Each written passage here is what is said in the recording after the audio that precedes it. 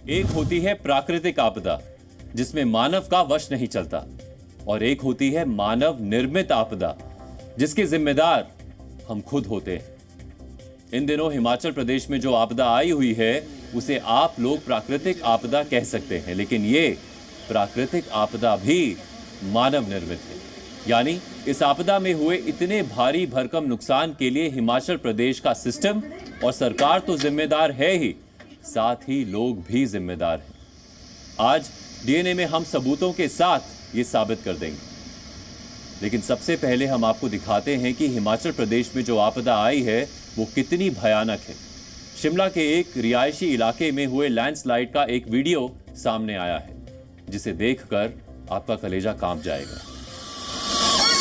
ये वीडियो हिमाचल प्रदेश की राजधानी शिमला के कृष्णा नगर इलाके का है, जहां मंगलवार शाम करीब 4 बजे डरावना लैंडस्लाइड हुआ, जिसके बाद एक साथ कई इमारतें ताश के पत्तों की तरह ढह गईं। इस लैंडस्लाइड में 2 लोगों की मौत हो गई। जिस वक्त लैंडस्लाइड हुआ उसे देखकर लोगों की चीखें निकल गईं।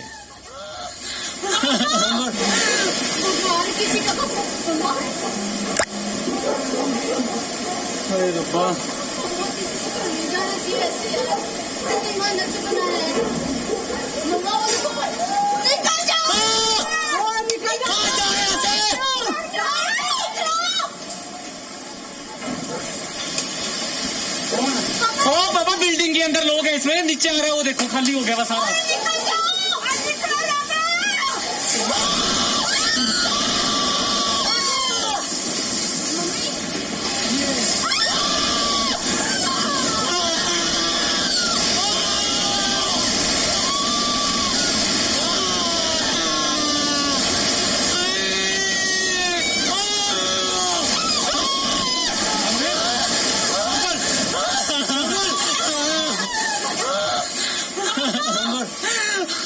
संभाल बाबा, इसके अंदर लोग तो नहीं बने हैं।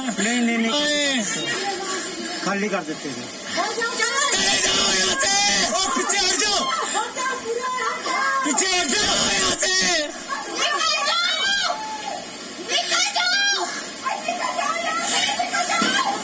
ओ खाली है नीचे, निकल जाओ, चले जाओ यार, निकल जाओ।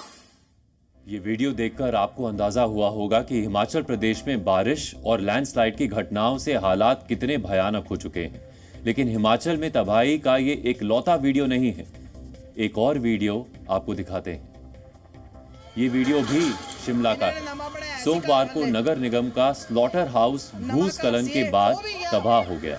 वीडियो में आप देख सकते हैं कि पहले स्लॉटर हाउस के पीछे एक बड़ा पेड़ गिरा और इसके बाद स्लॉटर हाउस समेत 4-5 मकानों को लेकर पहाड़ ही टूट गया।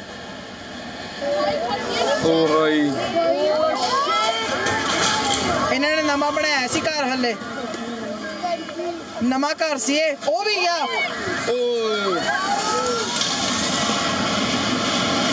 स्लॉटर हाउस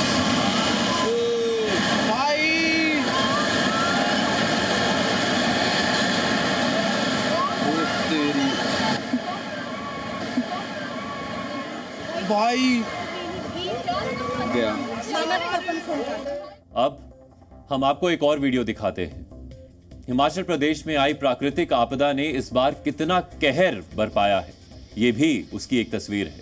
अंग्रेजों के जमाने का कालका शिमला रेलवे ट्रैक, जो तमाम प्राकृतिक आपदाओं के बाद अपनी जगह से कभी टस से मस नहीं हुआ, वो भी इस बार टूट गया। शिमला के समर हिल के पास रेल की पटरियों के नीचे की जमीन खिसक गई और रेलवे ट्रैक हवा में लटक गए। गनीमत यह रही कि ट्रैक पर रेल की आवाजाही बंद थी, नहीं तो हादसा बहुत बड़ा हो सकता था। पीछे ले लो, पीछे नहीं।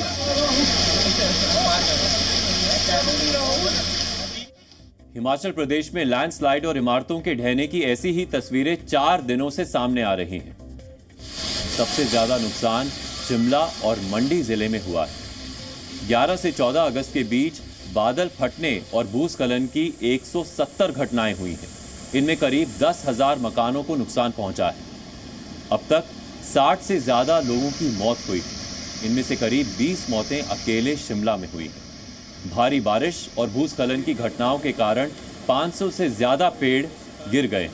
राज्य के 11 जिलों में 857 सड़कों को बुरी तरह से नुकसान पहुंचा है और 4 दिन की इस आपदा में ही हिमाचल प्रदेश में 10,000 करोड़ रुपए से ज्यादा के नुकसान की आशंका जताई जा रही है। मतलब पुल यहाँ से गया और यहाँ पे पहुंच गया।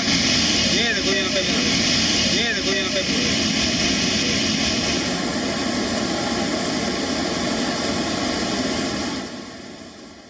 तस्वीरें बयान कर रही हैं कि सिर्फ 4 दिन में हिमाचल प्रदेश में कितनी तबाही मची है और कितना नुकसान हुआ है। हिमाचल प्रदेश के हालात का हेलीकॉप्टर से जायजा लेने वाले मुख्यमंत्री सुखविंदर सिंह सुक्खू खुद मान रहे हैं कि हिमाचल प्रदेश के बुनियादी ढांचे को जो नुकसान पिछले 4 दिनों में पहुंचा है, उसको दोबारा खड़ा करने में कम से कम 1 साल लगेगा।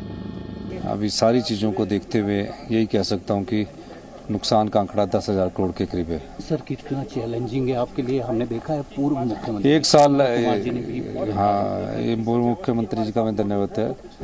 इसलिए 1 साल लगेगा हमें इंफ्रास्ट्रक्चर डेवलप करने में और 10,000 करोड़ रुपए का नुकसान है। मुख्यमंत्री खुद कह रहे हैं कि इस आपदा में जो नुकसान हुआ उसकी भरपाई करने में 1 साल लग जाएगा। लेकिन पहाड़ी राज्य हिमाचल में ऐसी प्राकृतिक आपदाएं तो हमेशा से आती रही हैं, तो आखिर इस बार ऐसा क्या हो गया कि इतना ज्यादा नुकसान हो गया? आखिर इस नुकसान का जिम्मेदार कौन है? और ध्यान देने वाली बात तो यह है कि सबसे ज्यादा नुकसान राजधानी शिमला में हुआ है। लेकिन क्यों? इस सवाल का जवाब बेहद चिंता में डाल देने वाला है, जिसका जवाब हम आपको 2 तस्वीरों के जरिए समझाते हैं। एक तरफ आप जो तस्वीर देख रहे हैं वो 1900 के दशक वाले शिमला की है, जिसमें पेड़ों से लदे शिमला के पहाड़ दिखे जा सकते हैं। और दूसरी तस्वीर आज के शिमला की है, जिसमें पहाड़ों पर पेड़ों के बजाय इमारतें ही इमारतें दिख रही हैं। रिकॉर्ड्स के मुताबिक अंग्रेजों की ग्रीष्मकालीन राजधानी रही शिमला में वर्ष 1904 तक सिर्फ 1400 घर थे, लेकिन वर्ष 2011 की जनगणना के मुताबिक शिमला में 46,306 घर हो चुके थे। जाहिर है अब संख्या और ज्यादा बढ़ चुकी होगी। 1900 के दशक में शिमला की आबादी महज 30,000 हुआ करती थी और आज शिमला की आबादी 2.5 लाख से ज्यादा हो चुकी है। बढ़ती हुई आबादी और इमारतों के निर्माण ने शिमला को कितना बदल दिया है, ये इन 2 तस्वीरों से पता चलता है। पेड़ और जंगल से घिरा शिमला अब कंक्रीट के जंगल में तब्दील हो चुका है। और आज शिमला में जो आफत आई हुई है वो इसी का नतीजा है कि वहां अंधाधुंध पेड़ काटे गए और विकास के नाम पर विनाश का काम किया गया और हरी भरी शिमला की जगह सीमेंट से बनी इमारतों ने ले ली। और इस बात को नजरअंदाज कर दिया गया कि शिमला में इतना ज्यादा निर्माण कर देना कितना खतरनाक है। आपको जानकर हैरानी होगी कि शिमला में 90% इमारतें पहाड़ पर 45 से 60 डिग्री की ढलान पर बनी हुई हैं। कई इमारतें तो 70 से 75 डिग्री की ढलान पर खड़ी कर दी गई हैं, जबकि वहां 45 डिग्री से ज्यादा की ढलान पर इमारतों के निर्माण की इजाजत नहीं है। शिमला भूकंप के खतरे के लिहाज से भी सिस्मिक जोन 4 में आता है, जो हाई रिस्क कैटेगरी है। इतना ही नहीं, शिमला का एक हिस्सा सिस्मिक जोन 5 में भी आता है। एक्सपर्ट्स आशंका जताते हैं कि शिमला में कभी भी 8 रेक्टर स्केल का भूकंप आ सकता है। नेशनल ग्रीन ट्रिब्यूनल यानी एनजीटी की एक्सपर्ट कमेटी ने भी कहा था कि अगर शिमला में बड़ा भूकंप आया तो वहां 39% इमारतें गिर जाएंगी और 20,500 से ज्यादा लोगों की मौत होगी। इतना ही नहीं, शिमला का 66% से ज्यादा हिस्सा लैंडस्लाइड के हाई रिस्क जोन में आता है और 17% से ज्यादा हिस्सा वेरी हाई रिस्क जोन में आता है। इसके बावजूद शिमला में सारे नियम कायदों को ताक पर रखकर अंधाधुंध निर्माण किए गए हैं। और ये इसलिए हुआ क्योंकि सरकार और सिस्टम ने शिमला के बारे में ना सोचकर बिल्डर लॉबी का साथ दिया। वर्ष 1997 से लेकर 2017 के बीच राज्य सरकारों ने रिटेंशन पॉलिसी लागू की, जिसके जरिए नियमों को तोड़कर बनाई गई अवैध इमारतों को रेगुलराइज किया गया। वर्ष 2016 में तो हिमाचल प्रदेश की विधानसभा में Himachal Pradesh town and country planning bill पेश कर दिया गया ताकि 25,000 अवैध इमारतों को रेगुलराइज कर दिया जाए। लेकिन इस बिल को ही हिमाचल प्रदेश हाईकोर्ट ने दिसंबर 2017 में अवैध घोषित कर दिया। नवंबर 2017 में एनजीटी ने भी एक ऐतिहासिक फैसला करते हुए शिमला में सभी तरह के रिहायशी और व्यावसायिक इमारतों के निर्माण पर बैन लगा दिया था। तब एनजीटी ने शिमला के कोर ग्रीन और फॉरेस्ट एरिया में निर्माण पर पूर्ण पाबंदी लगाने के आदेश दिए थे। साथ ही एनजीटी ने शिमला के बाकी क्षेत्रों में ज्यादा से ज्यादा 2 मंजिला इमारतों के निर्माण की अनुमति दी थी। लेकिन एनजीटी के इस आदेश से पहले ही जो नुकसान होना था वो हो चुका था। जो शिमला सिर्फ 25,000 लोगों की आबादी के लिए बसाई गई थी, उस शिमला की आबादी अब 2.5 लाख से ज्यादा है और पीक सीजन में रोजाना 70,000 लोग शिमला में मौजूद होते हैं और ये बोझ शिमला के पहाड़ उठा नहीं पा रहे। वर्ष 2014 में इकोलॉजिस्ट योगेंद्र मोहन सेन गुप्ता ने एनजीटी में याचिका दायर की थी, जिसमें उन्होंने कहा था कि शिमला पूरे पश्चिमी हिमालय में सबसे अधिक तबाही वाला शहर बन गया है। प्लानिंग अथॉरिटीज बोला कि शिमला को खाली करो, हल्का करो, ये विपद सीमा पार हो गया है, बहुत साल पहले विपद सीमा पार हो गया है, इसको अभी सेफ डिजास्टर का विपर्यय का जो रिस्क है उसको कम करना सख्त ज़रूरी है। और सभी में ये बताया गया कि अभी जो वेदर है सारे विश्व में वेदर का बहुत बड़ा विपर्यय हो रहा है, तो इसलिए आज जो हालत देख रहे हैं 1 साल बाद उससे भी बहुत ज़्यादा हो जाएगा। तो अभी जो बारिश हो रहे हैं या फ्लड आ रहे हैं 1 साल बाद उससे डबल हो जाएगा। बहुत जल्दी जो है हमारा पर्यावरण ध्वंस हो रहे हैं, उससे हर किस्म के पर्यावरण के आधार पे हादसा आगे आ रहे हैं। इसलिए शिमला तो विपद सीमा पार हो चुका है, तो उस पर कंस्ट्रक्शन बंद करो और उस पर स्ट्रिक्ट रेस्ट्रिक्शंस लगाओ, रोकथाम लगाओ। सुप्रीम कोर्ट के ऊपर बहुत प्रेशर है कि शिमला में विकास होने देना चाहिए, क्योंकि यहाँ के बहुत अमीर लोग जो बिल्डर्स लॉबी हैं, जिनके ये सब बैंड एरिया में खास करके बहुत बड़ा ज़मीन है, ये जो फॉरेस्ट एरिया कहते हैं इनमें और कोर एरिया में बहुत बड़ा ज़मीन है, तो वो लोग तो बहुत दिक्कत में है ये सब बैन बुन करके रेस्ट्रिक्शंस लगा के। तो वो लोग मेन ड्राइविंग फोर्स है जो ये रेस्ट्रिक्शन के जो रोकथाम के जो इंस्ट्रक्शंस है उसको तोड़ना चाहते हैं। स्पेशलिस्ट कमेटी ने बोला था कि शिमला में एक झटका आएगा तो उसमें कई घंटों में 20,000 से अधिक लोग मारे जाएंगे, क्योंकि इतना ऊंची मंजिल के घर है। एक जगह है जहाँ पर इतना ज़्यादा भीड़ है कंस्ट्रक्शन का, वहाँ कहते हैं कि लाशों को भी ले जाने का रास्ता नहीं है, वहाँ पुली लगा के ऊपर से प्रेडिक्शन की जाती है शिमला नहीं। अभी ऑलरेडी ये है कि ऐसा कंजेशन इतना ज़्यादा हो गया, इतना भीड़ हो गया, तो ये है कंजेशन बेहद ज़्यादा है।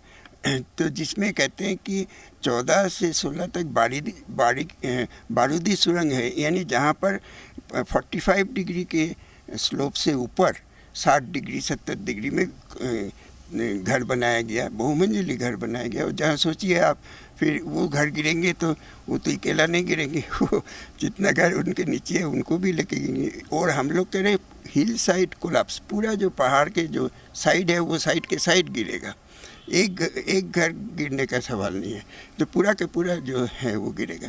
तो ऐसे हालत में हम यहाँ बहुमंजिली बनाने का सिफारिश अलाउ कर रहे हैं, और यहाँ पर हम शिमला के वजन जो है कंस्ट्रक्शन और पॉपुलेशन का वजन जो है वो 2.5 से 3 गुना ज़्यादा करने का बात कह रहे हैं। वैसा समय आ चुका है जहाँ शिमला बेहद विपद सीमा को क्रॉस कर चुका है। शिमला के जो वजन है वो विपद सीमा को क्रॉस किया या कैरिंग कैपेसिटी को क्रॉस किया, तब कोई भी बड़ा हादसा हो सकता है। छोटे छोटे हादसा तो बहुत साल से हो रहे हैं और होते रहेंगे, मगर बहुत बड़ा जो हादसा है हम उसके ऊपर लटक रहे हैं।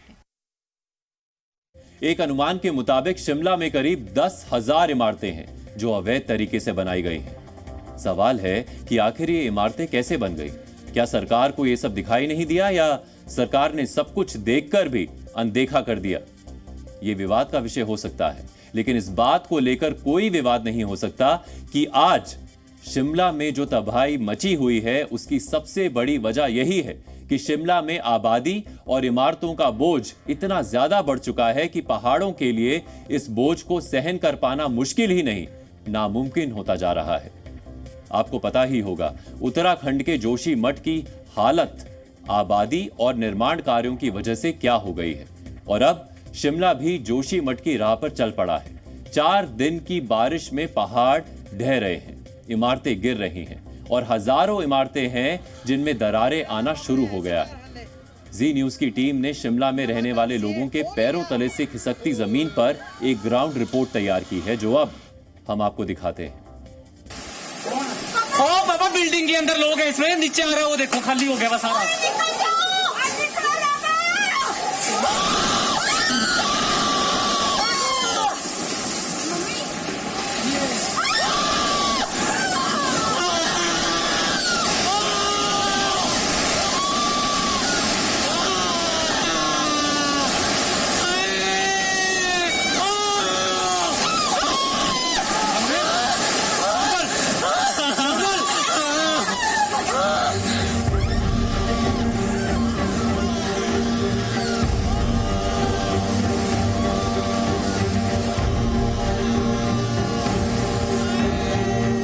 हिमाचल का ताज कहे जाने वाला शिमला के हालात इस समय बद से बदतर होते हुए नजर आ रहे हैं। जो मॉनसून ने एक डरावनी तस्वीर हिमाचल और शिमला को दिखाई है, तो वहीं शिमला में अगर ज़मीनी स्तर पर देखें तो आप देख सकते हैं कि किस कदर यहाँ पर जो इमारतों का निर्माण है वो किया जा रहा है। इस वक्त हम कृष्णा नगर के पास में मौजूद हैं और ये शिमला के ऐतिहासिक रिच मैदान से सटा हुआ सारा इलाका है, जहाँ पर अगर 20 साल पहले की तस्वीर देखें तो यहाँ पर पेड़ और जो वनों का क्षेत्र है वो दिखाई देता था, लेकिन अब एनक्रोचमेंट और यहाँ पर जो इमारतें हैं वो लगातार बनाई जा रही हैं। हिमाचल प्रदेश में इस साल मॉनसून के दौरान आई आपदा ने पूरे प्रदेश को झकझोर कर रख दिया है। पूरे 2 से 3 दिनों में पूरे प्रदेश भर से दिल दहला देने वाली तस्वीरें सामने आई। हाल ही में शिमला के शिव बावड़ी मंदिर से इस तरह की तस्वीरें आई जहां पर क्लाउड बस्ट हुआ और कई लोगों ने अपनी जान वहां पर मंदिर में गंवा दी है। तो इस वक्त तस्वीरें हम आपको शिमला के जहाँ शिव बावड़ी मंदिर है उसी के पास में एमआई रूम्स हैं, वहाँ की तस्वीरें आपको दिखा रहे हैं, जहाँ से ज़मीन लगातार धंस रही है। कई घरों को यहाँ पर नुकसान जो है वो आने वाले समय में हो सकता है। और फिलहाल जो है आप तस्वीरें देख पा रहे हैं वो एक ऐसे घर की है जहाँ पर फैमिलीज जो हैं वो रह रही थी और अभी इन्होंने खाली कर दिया गया है। तस्वीरों में आप देख सकते हैं कि ये दरारें जो हैं वो घर को आ गई हैं और जितने भी आसपास में 3 से 4 घर हैं उन्हें भी नुकसान की आशंका है। और ये बिल्डिंग जो आप देख पा रहे हैं, इस बिल्डिंग को खाली करवा दिया गया है। मकान मालिक भी इस वक्त मौजूद हैं। सर, कितना समय इस बिल्डिंग को बनाए हुआ है और अभी क्या नुकसान की आशंका है, क्योंकि आप कह रहे हैं कि बिल्डिंग को भी खाली कर दिया गया है? 5 साल से मैं बना रहा हूँ बिल्डिंग को, 6 साल हो गए शुरू किया हुआ, तब से आस्ते आस्ते बना रहा हूँ मैं, बस अपनी सारी उम्र की पूंजी।